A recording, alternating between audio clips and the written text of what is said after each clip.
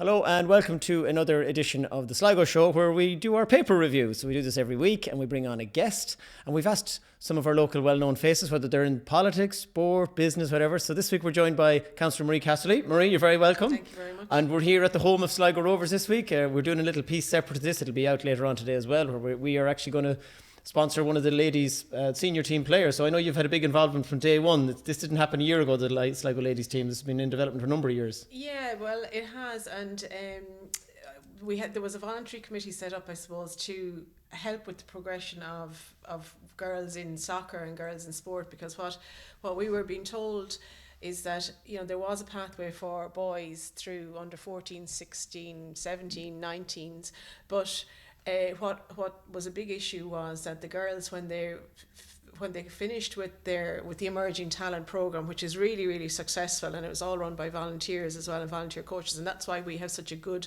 underage structure in Sligo. But when we got to the more senior level, there was nothing there for the girls, and they had to travel outside. Some of them were travelling from Sligo to Castlebar, some were going to Athlone, some were going to Dublin, so there was no formal structure there. So we set about as a committee, just as parents and coaches, set about trying to formalise a structure and put structures in place so that there would be a pathway there for girls to stay on at under 17, compete at national level, which they have done very well, under 19, and now we have a senior team, and first win of the weekend. Next year we were chatting to Conor earlier on, so it's a lovely new asset to have for Sligo. So well done. It's to people that were there probably 2, 3, 4 years ago, and I just have to say that as a club, Sligo Rovers have taken on the women's structure and the women's team and supported it, and the structures are now there, the coaches are there, they're fantastic, and I think it's really good.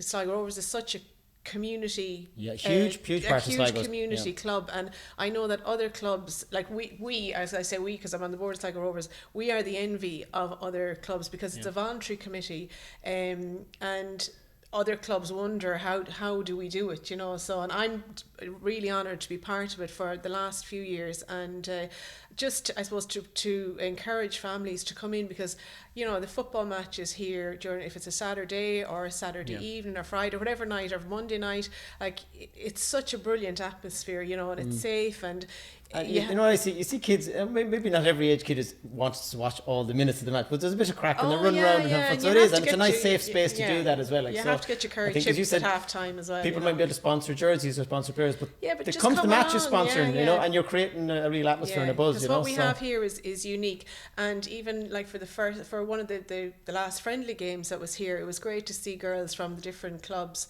and they were actually asking the senior team for their autographs. I know, that's and lovely they were in, to and see. it's really lovely. It's lovely for the girls because they have role models now, and then it's lovely for the players because they need the support as well, and the grassroots is where it's at, and that's where we're going to get the players to come through to feed into the senior team in another few years. Very good. So look, it's all positive up here. It's if the young kids come and watch, then they have heroes to aspire to. So it's good to see.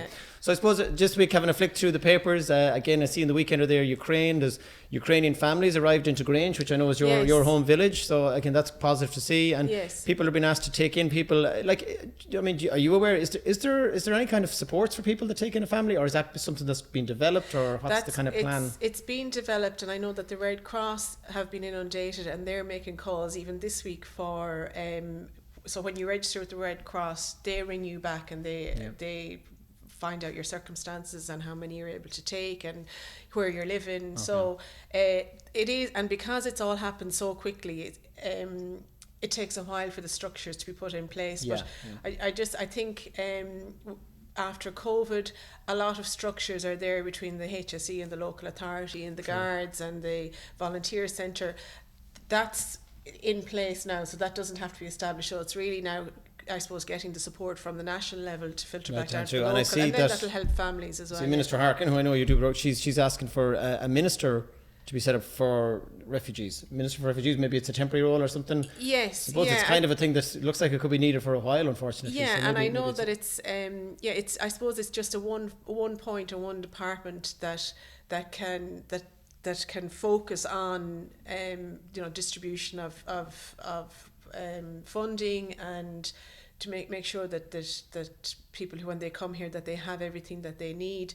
So it's basically, I suppose, about a centre for coordination. But I do know that there is a lot of work happening, particularly in the Department of Children, trying to support the families as much as possible. Okay. So it's not that it's not happening, but I suppose it probably needs to be a little bit more coordinated. But I think it will be. Again, it's very short. It's just happened, so it's hard to get the structures in place very quickly and to make sure that the structures are correct and I know what you mean. But I mean, it's great to see families coming in, and one of my own kids' friends, he's in Ballinode, and this is a young girl from Ukraine after joining. So it's great to see that Sligo's supporting. And I mean, there's been loads of things with Rapid Response Ukraine, which spoke to Fergal and Sheila last week. Like, there's a lot of people on the ground doing lots of stuff. I seen one of the papers, and again, this is why I always say, buy your papers. You'll see these cool little stories. There's some pensioners in Sligo. I'll get to the page in a few moments where they're putting down Putin, like they're kind of protesting against him. So it's it's across all ages. It's great to see. And people think, well, it doesn't really affect us, but it does affect us. Because I think it's so far away. It affects us in every single way. And I suppose we have to.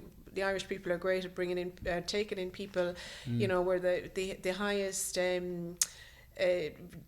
donators, I suppose, of funds. For years and years to different charities, and we're top of the league there for humanitarian assistance. So it's not going to stop now. No, if anything, it's ramping up. Yeah, so people even I see when people don't have any money or very little money, they'll still throw in a couple of euro or a fiver. They'll give whatever, and it's in our spirit and it's in our nature. And I think it's really good that again we're stepping up to the mark. It just seems endless in the news. It's lovely to see. I get a couple of little things as we were going through. This is in the Sligo Champion. There's a cool exhibition actually in IT Sligo, the 22nd of March, which is from yesterday. It's basically showing you photographs of families who from the Roma and Sinti communities before they were moved from their country, and some of them sent to concentration camps back in the World War time. So that sounds like a really unique, interesting event at the IT Sligo. And there's a new thing called Suzki Zine, so it's just like mini magazines. And what they call themselves, they are archiving LGBT, feminist and anti-racist zines, which is like mini mag. So it's having its first open meeting this Thursday, which is tonight. And it seems to be that it's basically showing that through history we showcase the big, obvious, male, white, but this is kind of showing that there was a lot of diversity in that world. So again, that sounds like a really good one there. And it's on at 6 p.m. That's tonight, in Serious Business, which is down there near the Riverside Hotel. So anyone having that sounds interesting to you? Pensioners call on Putin to stop the war. Strandhill Active Retirement Group send a letter to the ambassador. So like they're getting in. But it's important that like every group in society supports supports the Ukrainian people and supports Ukraine. I see the Prime Minister in Ukraine asked for people to get out on the streets. I think it's today. I don't know how active it's ready and set up but I was listening to David McWilliams the other day, and he said it's kind of intriguing. The world will always protest when America go fighting somewhere, but when there's any other fight, it's strange kind of phenomenon, but look at the pensioners in Strandhill are doing their bit anyways, and I see there's a school, whereas at Colosh to Mira in Ballymote, they held a fundraiser, raising nearly $2.5 grand, loads of fundraisers across the papers, and just moving through the Champion here. What else? Again, with the guys there, we are Rapid Response Ukraine, as I said, we spoke to Fergal and them, and they fundraise online, they fundraise at the Stranded People Market, and I love this story. There's 3 hospital porters. They're doing a push for charity, okay? And what I love is the elements they're doing. So they're doing a 30k walk. I think it's up a mountain, because one of them loves mountaineering.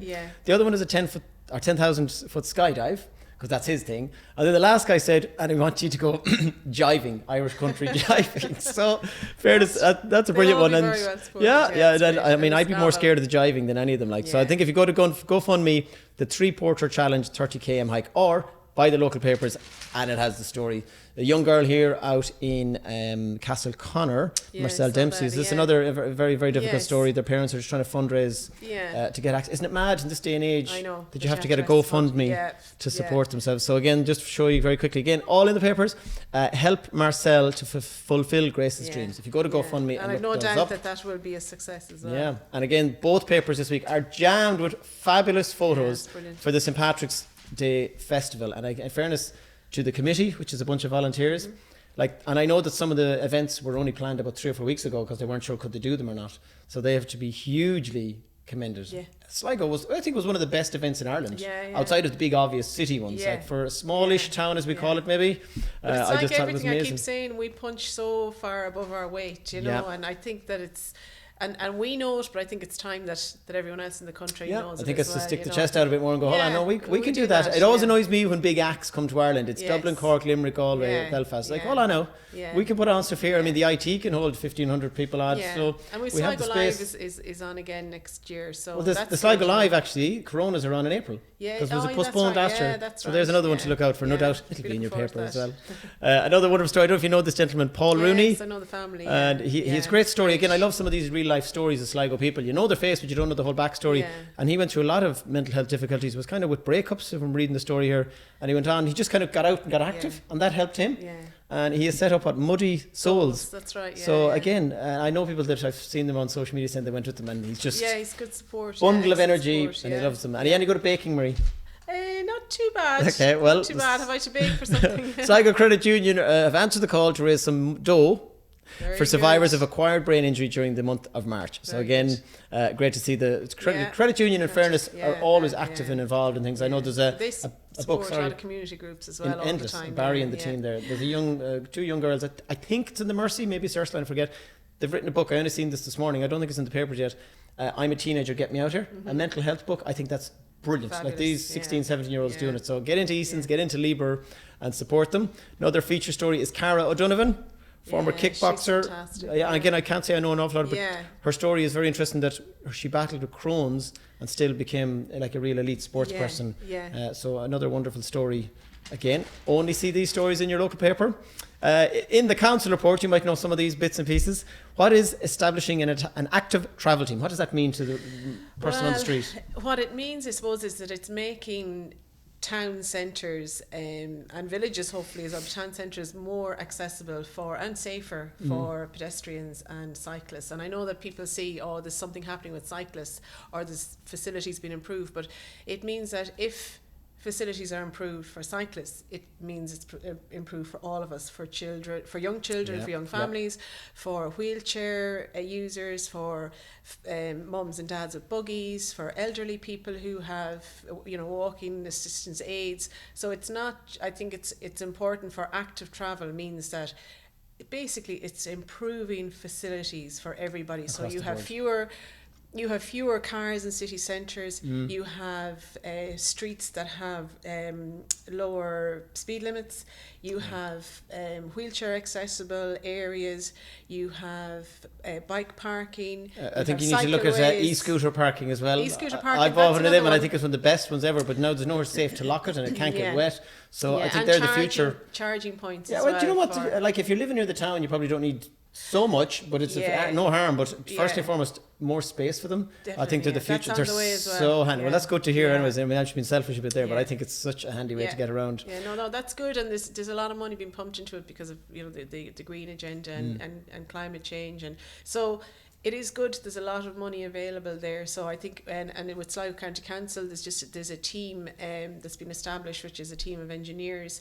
And again, before, I suppose we always aspired to have this, but when we went looking for money, the money wasn't there. So now we have the engineers, we have the expertise, and we have the funding, which is the most important thing. So people will see over the next 12 to 24 months, you'll see a big change in an improvement in facilities. Yeah, you can see it already, parts happening around the town, but I know there's bigger plans for the likes of Stephen Street and that.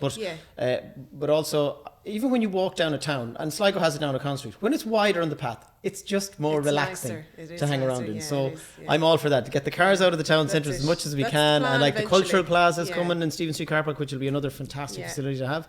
And I see here funding is applied for Inishmurray landing facilities. Now again, in 20 seconds, to the layperson, what will that mean? What it will mean is that there's going to be a safer landing facility at Inishmurray Island for charter boats. Now you can, if you have a boat or a rib, you can actually land there. So it's not like it's completely cut off, but because of safety concerns and because of insurance, really long story short, the landing facilities weren't suitable, and now the funding has been, there's a Brexit fund, and the God bless Brexit. I know. There's a fund that's been what's the word? Put together. The fund is there, and the funding has been applied for, and hopefully in about another, I think it's much more of a touristy thing, really. It's like the tourists will be able to go out and see it more easily. But I don't think, I think that Inishmurray is like, it's the oldest monastic site in Europe, and I think it needs to be managed very well, and I don't think it should turn, like, I personally don't think it should turn into a tourist site. I think it needs to be really well managed. It's privately owned. There are graveyards there, the family members of people who are buried there are still alive and around North Sligo in particular, and we know lots of families, so they have to be respected as well. You don't want people walking over graves. No, and that's when I asked you, I was like, I don't even know the full thing of it, so that's why it's good to understand. It's important because it's getting the attention that it deserves, but it really needs to be managed as a heritage site, as it's somewhere that you can go and visit, but it has to be visited respectfully. And the philosophy of leave no trace, and just to respect it, that people did live there and the people are buried there. So I think it's good to know these things are happening. I think unless you read the papers either, you don't understand these small things that are happening. I know, and they need and as I say, I think it's it's a huge one. Again, just scanning through, and again, we're just this is the champion. This is the awkward part here. Now I don't go licking my hands in the middle of the National Broadband Ireland is Sligo plan. Again, 20 seconds. What, is this good? Is this only like a tip of the toe of the water? This more houses are going to be connected or something? But they're doing it in stages, and it is slow and it's painful. And when you look up when you're going to be actually connected yourself, you'd see it's probably 2024, 2025, but and people are tired waiting, so they go to private companies, so when it's done it'll be great, but it is very frustrating. Just slow, and there's nothing anyone really, you can't do anything. You just have to wait for it. The funding is there. The lads are out on the ground, and it's literally going metre by metre. Should we be annoying our councillors every week to get it done faster? I don't you'd love that. So I just see here in the inside business section here, sales apprenticeship course with C intake this September. So again, what's kind of gist to that? That is, I suppose that for an apprenticeship, it's more of a formal, with my guidance counsellor's hat on, it's more of it's a formal qualification. And obviously with the formal qualification, you get paid more as well. IT Sligo have been really great in leading out on apprenticeships in the country. They've had a really successful insurance apprenticeship, and you see the model in Europe, and you have apprenticeships for engineering, apprenticeship for law, nearly for anything that you think of, you can do an apprenticeship in it, because it's practical and it suits an awful lot more people. So it's great to see now in our Atlantic University we're able to provide this. And the other good thing about it is that people can work, they can go in and they can do the work experience, they get paid.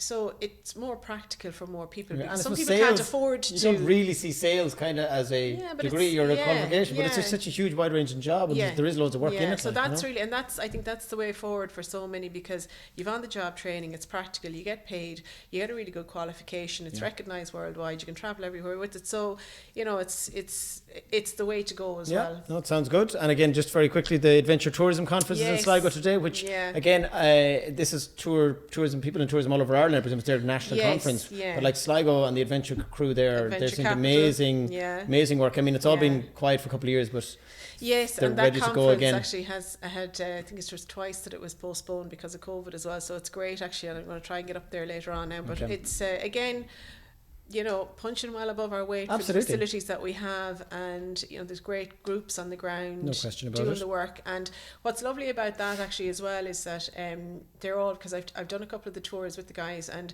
they're all really, really personal, and you get to know the guide, and the personality comes through, and their love of Sligo comes through. And for other people to experience that, I think it's a real treat, and it's something that you don't get if you're on a big kind of impersonal tour and you're just brought around in buses and you do a little bit of a cycle. Sligo has a lot of that, doesn't it? Just that personal touch. Yeah, and they push you. They don't take any prisoners either. And more than Paul Rooney there, we read about earlier on, And again, just skipping through here, IFI funding, so this is great to see. The North Connacht Youth Services has been good, 171,000. Foróga, 97,000. We actually did a little piece with Foróga a while back. What a brilliant facility in the middle of town. But I don't know if everyone actually realizes what's in there in the space and what they offer, so they have a really good Big Brother Big Sister program as well. So it's all really, programs, really, but it's actually support. A social space as well, it is, whether it's not about that you need certain help or services, it's actually just for anyone there to get together.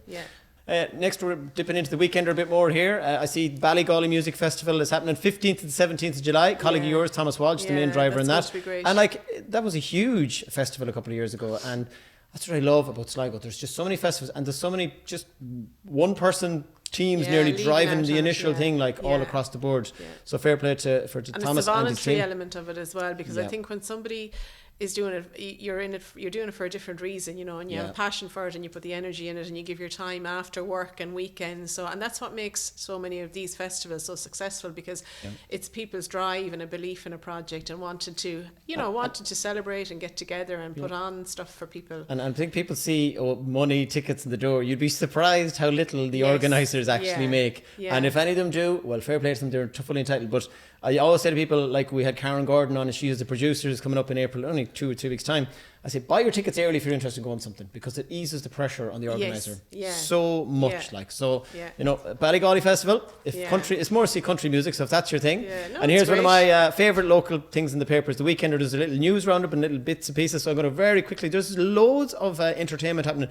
Eleanor McAvoy, is the Hawkswell, the Mass Band, Peter Cran and the team, they're celebrating 10 years. That's in Yates Local on Saturday. I'm hoping to go to that. That'll be they're one of the best bands. And for me, back in the day, the early days of McGarrigles, they really had their buzz there on a Sunday. They are brilliant. Whiskey tasting. I enter your whiskey? No, well, I'm not a big whiskey person, but I know is it Thomas Connolly's next Thursday is there. The Park Run, which is something I always see. I'd love to do. Did you ever do it? Yeah, I've done it back in the day when it started. Every Saturday at 9:30. And the volunteers, again, they make that all happen.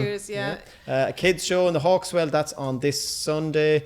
There's a play inspired by lockdown, actually, and this is Nicola McKevely and Miriam Needham. Yes, thank God I remember the name. So they've done a lovely thing. It was shown before online, but now it's full audiences, and that's on April 1st and 2nd. Mall Grab, okay? Not everyone might know Mall Grab, but it's a huge DJ, and they're in Lola Montez. That will be absolutely packed. Yep, so there, anyone watching, you probably won't be watching this if you're going to Mall Grab. Night with the Country Stars. Yeah, this is another night. Brendan, Shine, McFlavin. This again is on in the Hawkswell. Again, look at hawkswell.com. Look at your papers to get this. A psychic show. There you go. They'll tell you what's coming up. And then at 45, this is a zine making. So this is make your own little mini magazines. But I love this space 45. Do you know it? On High Street. It's a community space. And you, yes, the independent living. Yes. But it's not like it's not a special service. It's anyone. Yes. And we must do the show there someday, actually. But I think it's a fabulous facility. People should pop in, ask them what's there. And again, just to scoot through here now, there's going to be a shelter at the NCT Centre. Yes. Finally. It's not one maybe on everyone's list unless you're getting the NCT. That's the only time you worry about it. Oh, my old friends there at the Mad Ravens Theatre Group. They have a show next Thursday, actually, as well, in the factory. So again, the papers are full of all the information about all this live stuff happening. What was I saying? I love this one. There's mini orchards being planted by Sligo County Council all across the town and county, I think, or around the town. That's Lucy Brennan and her team there, I tell you, people drive around Sligo and they see all these lovely floral displays, like the daffodils in Durley Park. Like that's Lucy and her team. Every little bit of cool greenery or floral or whatever design, like they've really energised and decorated the town beautifully for and you can see as years. Well, it's the flowers arrive with the change of the seasons as well, so there's not just daffodils. It's really good. So there's always a lot of investment in that as well, and then budgets are they're strict enough and they're low for that, so they should maximise what they can. But it takes a good bit of creative thinking, I'd say, to make it look. Again, the Hair and Beauty Quarter here, Muireann, the team, she's brilliant, and not only in her business but around Sligo, she's doing all this positive. So it's a lovely feature there. It's in the Sligo Weekender, and I love those little bits. Here's one that happened a few weeks ago. Let's Play Sligo, huge success. Outdoor hopscotch drafts. Is that? It's obviously council driven, but is that something that we know is going to happen regular, or what's the plan on that? Yeah, I know that in European cities that's really popular as well, because I suppose we're lucky because you don't have to go very far where you have a walk or a forest or the beach. So we're not as confined to have our play in city centre or town centre, but at the same time, it's good because it's bringing people into town, and that goes back to the active travel as well, where you're making town centres more family friendly. That's what it's all about. That's what we all want, and you see that that when a town centre is more family friendly, you're going to have more people even possibly moving back into town, renovating old buildings, living over shops or over businesses. So that was what used to happen years and years ago. So it should be every week. There was a charity busk on there during the Patrick's Week Festival. And people that were at it like, wouldn't this be lovely to see every week? But I was going, well, maybe we should have a spot like that. This is where you can come in and busk, maybe book your slot in advance. You're welcome to Take the cash if you want. Huge 2-page ad here in the Weekender for IT Sligo having a family fun day. 50 years. Sunday 3rd of April, and I suppose it's essentially the end of IT Sligo is what it is, and then the Atlantic Technological University is coming. So again, anyone watching, all the details are in your paper as always. There's loads of entertainment and fun. Again, tons of great pictures in both papers, and not just the Sligo Town Parade. It's Grange. It's I think it was Tubbercurry, Ballymote, the whole shebang, and I think that kind of covers a lot of the stories and the fun and the news that we've seen. And I always say, we don't really do the sport. Go to the Sligo Way podcast, lads. They do brilliant. They're absolute local sporting anoraks. If you're rugby or soccer, you're Gaelic, and I know very funny as well. So you actually get a bit of entertainment. But again, we see here a young man won an All-Ireland handball title, Cormac Finn. The men's GA team have a big local derby with Leitrim on Sunday. And well, if Tipperary slip up, I think they can get promoted. So maybe with a bit of luck. Maybe London do them all a favour. The hurlers are into the semi-final and they play in Letterkenny on Saturday. Basketball, the All-Stars are playing Saturday again. This is an All-Ireland League semi-final.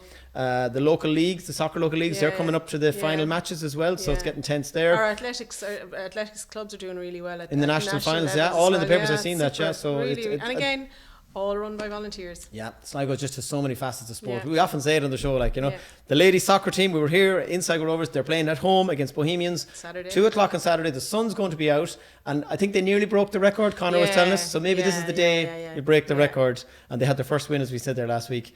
And Rovers have a little break this weekend, but they're back on Friday, April the 1st, again, that's at home versus Shelburne. That's it. So, Marie, thank you so much for joining us. And you're going up to the Adventure Tourism Conference for a look. Yeah, go for a few minutes. Very good. Well, look, we will see you about, and thanks to our papers, people who put them together. And as I always say, buy the local papers. You're supporting local communities, local events. It's the best way to find out what's happening, whether it's entertainment, whether it's exercise activities, adventure, or just great personal news stories around Sligo. So we'll be back again hopefully next week with a new guest. Thanks for watching. See you then.